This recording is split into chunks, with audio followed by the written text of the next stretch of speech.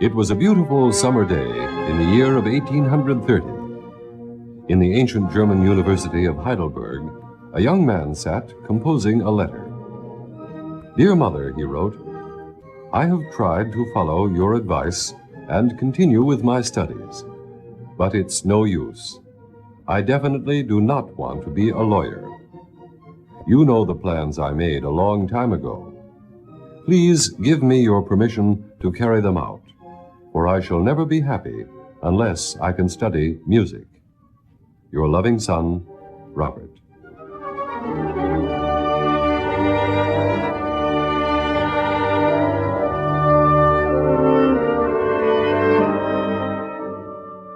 At the age of 16, Robert Schumann had lost his father.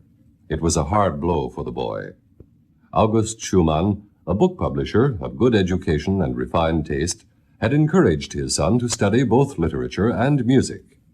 He had bought him a good piano on which the youngster played away to his heart's delight. Robert even conducted a little orchestra, assembling those of his schoolmates who could play a string or wind instrument. What happy days these were!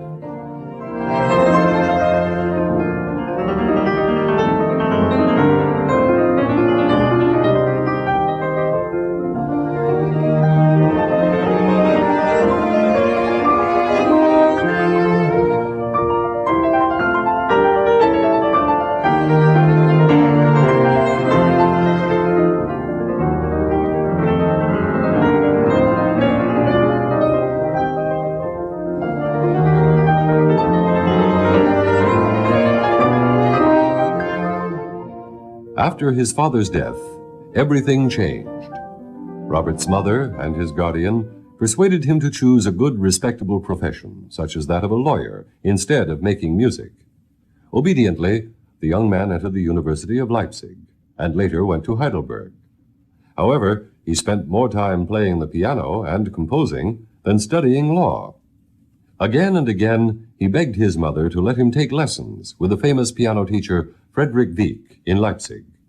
When she finally gave her consent, Robert jubilantly returned to this city.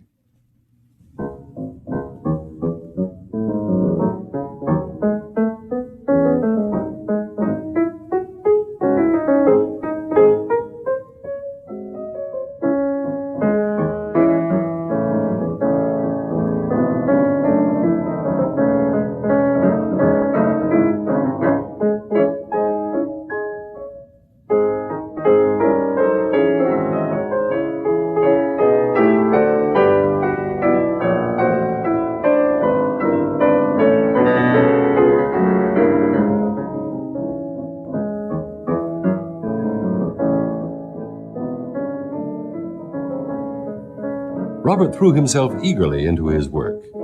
He respected and admired his teacher, who was an excellent pedagogue and a strict disciplinarian. Professor Wieck's own daughter, Clara, a little girl of 9, had already become known as one of the most accomplished pianists in the city. Her father was immensely proud of Clara, gave her daily lessons, and anticipated a great future for his prodigy. Robert also listened to her development with interest. He came to the house very often, and used to spend hours with Clara, telling her stories or romping with her in the garden like an older brother.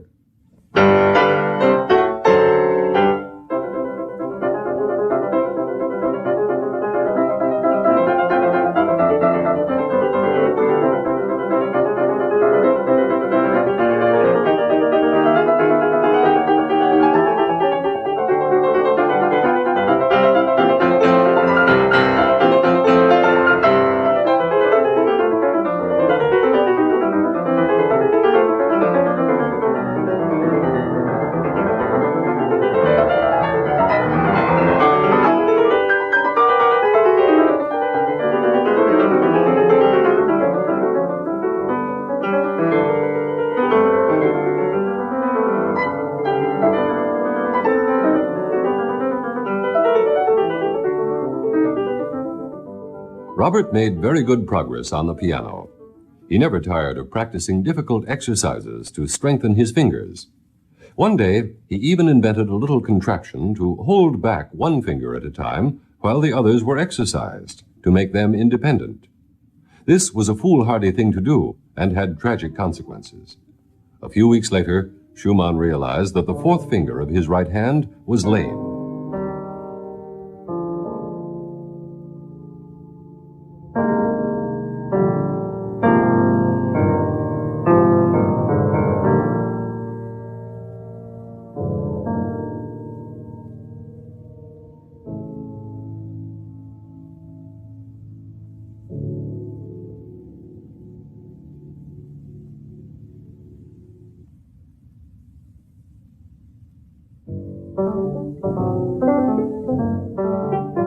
A doctor was consulted.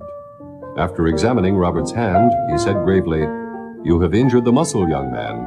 This damage is incurable." "You mean I shall have to give up my career?" And the doctor responded, "I am afraid so."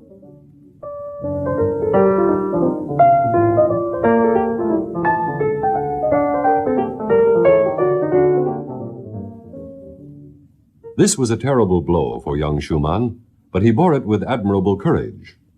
After some time had passed, Robert shook off his despair and decided that not even this accident would keep him from the thing he loved. If he could not become a pianist, he would write music instead. And so the handicap turned out to be a blessing in disguise, giving the world one of its most famous composers.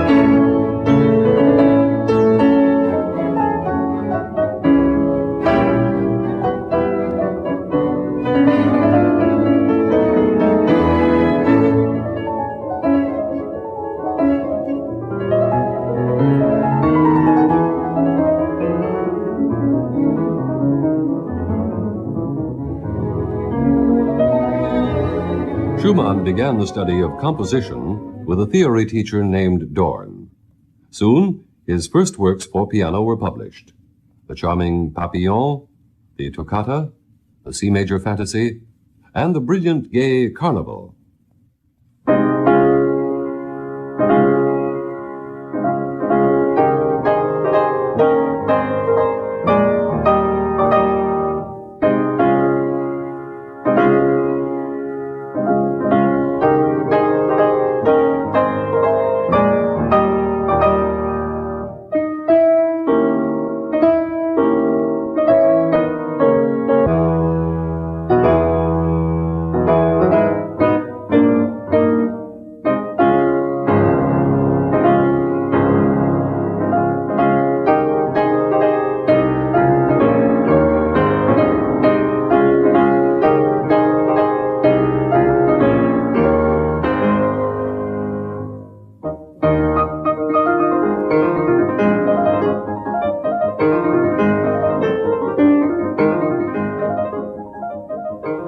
Up to that time, Schumann had composed music for the piano only, and quite naturally, with Clara in mind. The young girl had made her first public appearance in Leipzig with enormous success, and was now touring all over Germany. Every time she returned, Robert surprised her with new works which she studied eagerly, adding them to her concert repertoire. Here were two artists who seemed created for each other. Out of their friendship grew a tender, romantic love, the tie that was to bind them for the rest of their lives. In his superb song, Dedication, Schumann speaks of these feelings. Thou art my soul, and thou my heart, thou my joy and sorrow art. Thou art my world, for life adoring, my heaven art thou, where to I soar.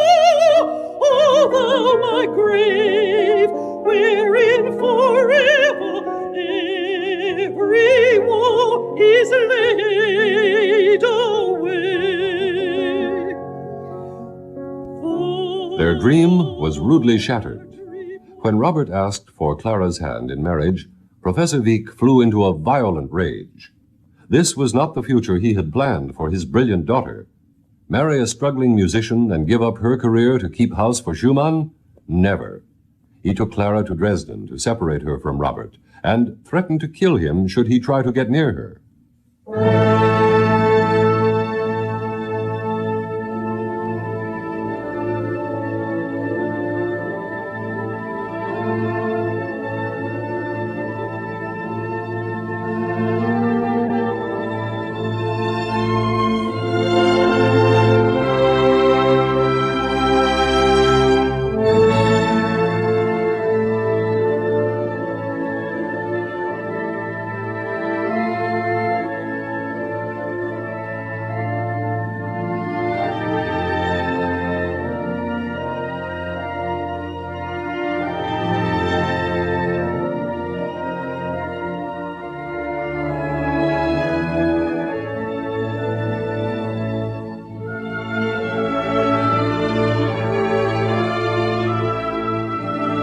The next 4 years were spent in anguish and despair by the lovers, who could not even write to each other. But Clara and Robert remained steadfast. As a last resort, they applied for help to a court of law and won the case. In 1840, despite her father's efforts to stop them, Clara Wieck and Robert Schumann were married.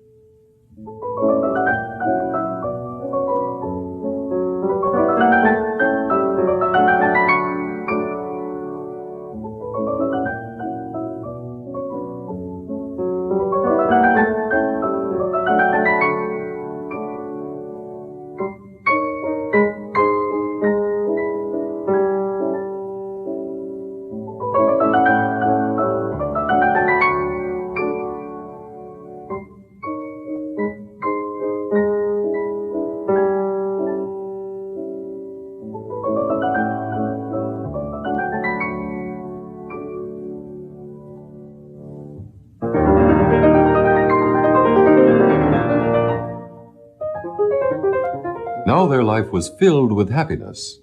Schumann himself called this first year of their marriage his song year. It was as if his pen overflowed with tender melodies, and he created a wealth of beautiful songs, more than 100. One of the most enchanting and poetic is Der Nussbaum, the nut tree.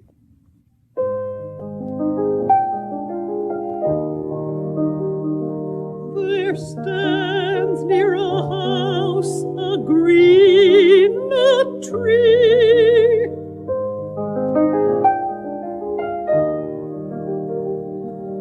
lightly, airily spreading its greenery for all to see.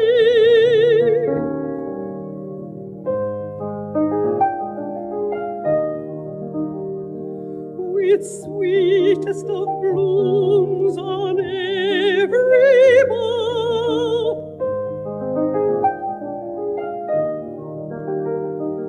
swaying, sighing. During the next year, 1841, Schumann turned to orchestra music and wrote 2 symphonies, which later were followed by a third and a fourth. He called the first one Spring Symphony. This work of jubilant beauty shows that spring indeed reigned in the composer's heart when he wrote it. Another one, the Rhenish Symphony, is a salute to the Rhine, the broad, majestic German river. The last movement depicts a gay Rhenish festival.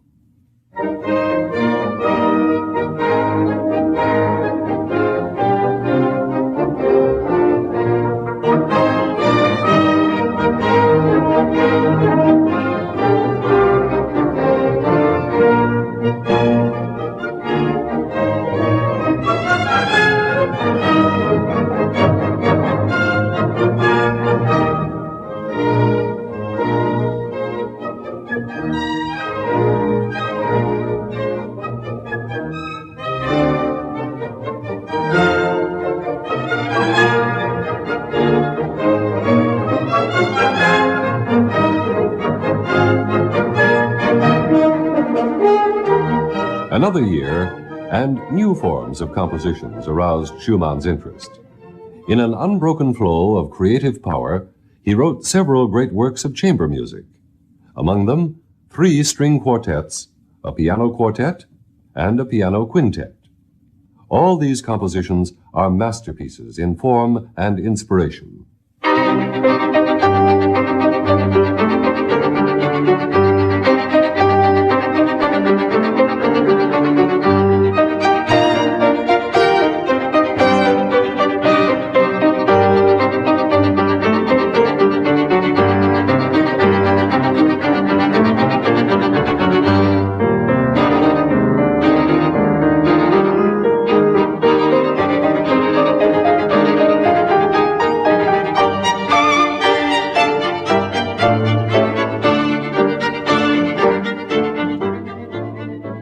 By now, Schumann was recognized as one of the leading composers of the Romantic school.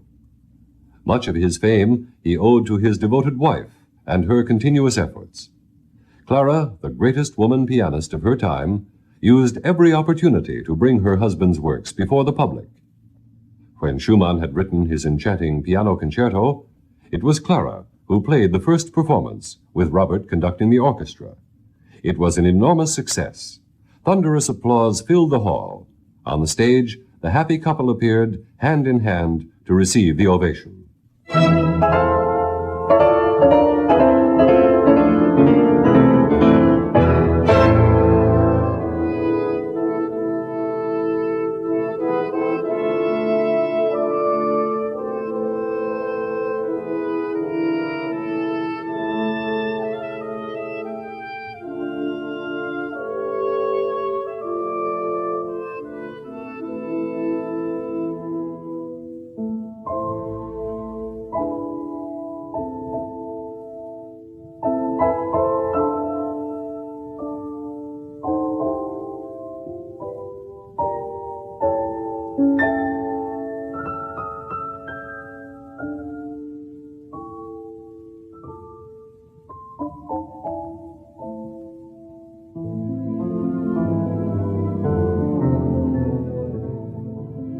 Schumann and his wife made many concert tours all over Europe. Once, they spent 4 full months in Russia, where they were received with great honors, overcrowded halls, and an invitation to play at the court of the Tsar. Clara chose the Carnaval and completely won over her aristocratic audience.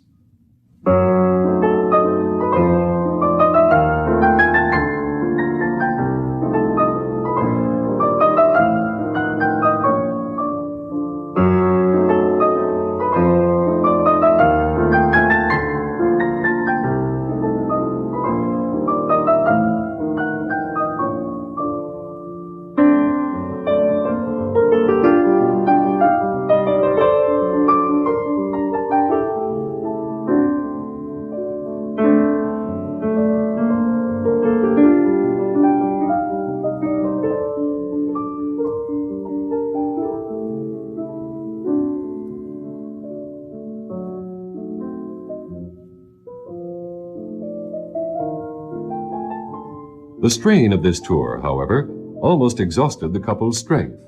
It was midwinter. They had to travel in open sleighs from town to town, across endless plains buried under snow. For miles, not a hut was to be seen. The howling of hungry wolves sounded from a distance. How happy the artists were to come home at long last and embrace their children. There was, by now, a whole houseful of little ones, 4 boys and 4 girls to take care of.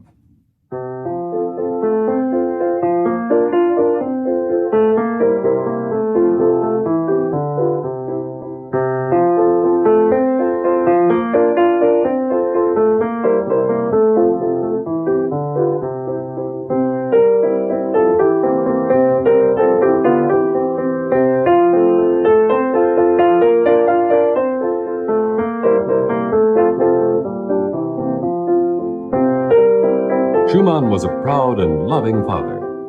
For the children, he wrote 2 of his immortal masterpieces, the Album for the Young and the Scenes from Childhood. Both are among the standard works still studied by young piano players.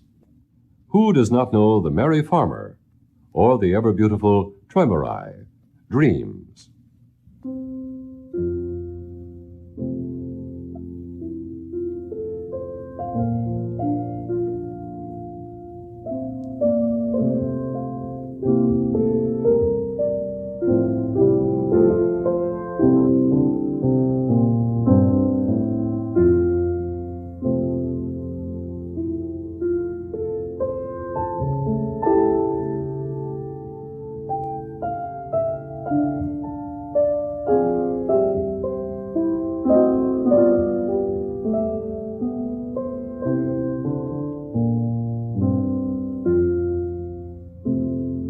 To provide for his large family, Schumann accepted a teaching position at the newly founded conservatory in Leipzig, and also worked diligently as the editor of a music magazine, which he had helped create while still a student in 1834. His brilliant essays and concert reviews were widely read and helped many a struggling musician on his way to a career. Schumann, being of a noble nature and completely free from envy, was one of the first critics to call Chopin a genius. He also foretold a great future for a young composer who later became his and Clara's most devoted friend, Johannes Brahms.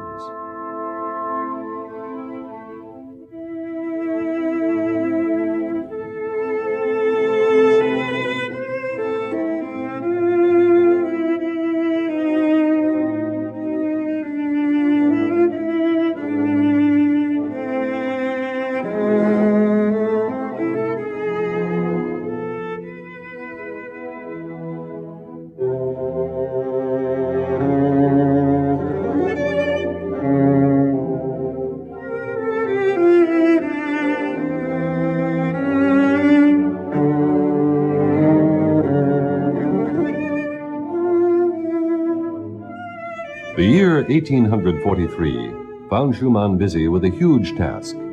He produced an oratorio for solo voices, chorus, and orchestra called Paradise and the Paris. It met with great success, but the strain of working at high speed seemed to have impaired the composer's health. Schumann had always been a retiring, dreamy man, and so silent that he sometimes did not speak a single word for many hours. Now he became strangely excitable, complained of bad headaches, and seemed to hear voices nobody else could hear. It was the beginning of a dreadful mental disease.